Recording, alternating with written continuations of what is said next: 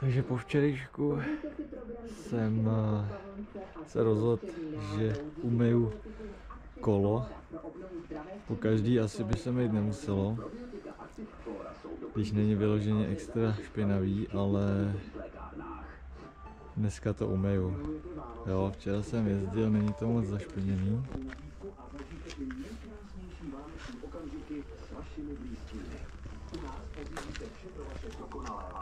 Od dárků a dekorací až po čerstvé lahůdky.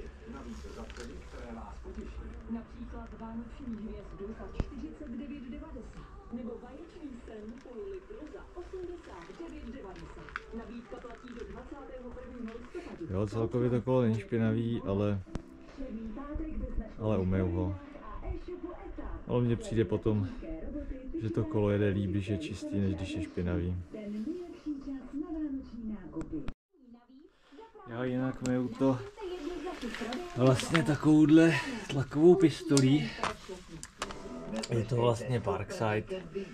Jo, má to nějaký 4 stupně vlastně tlaku. Myslím si, že na kolo ideální. Není to právě velký tlak, jo, jako to mají ty vyloženě vysokotlaký myčky. A tohle je na kolo dobrý. Jo, vyloženě mej to nějakým jenom, když to řeknu konví, tak to jako není ono, jo. Je třeba to taky ostříkat to bahno a tím pádem potom se vám to meje i líp, jo, takže tohle to používám já.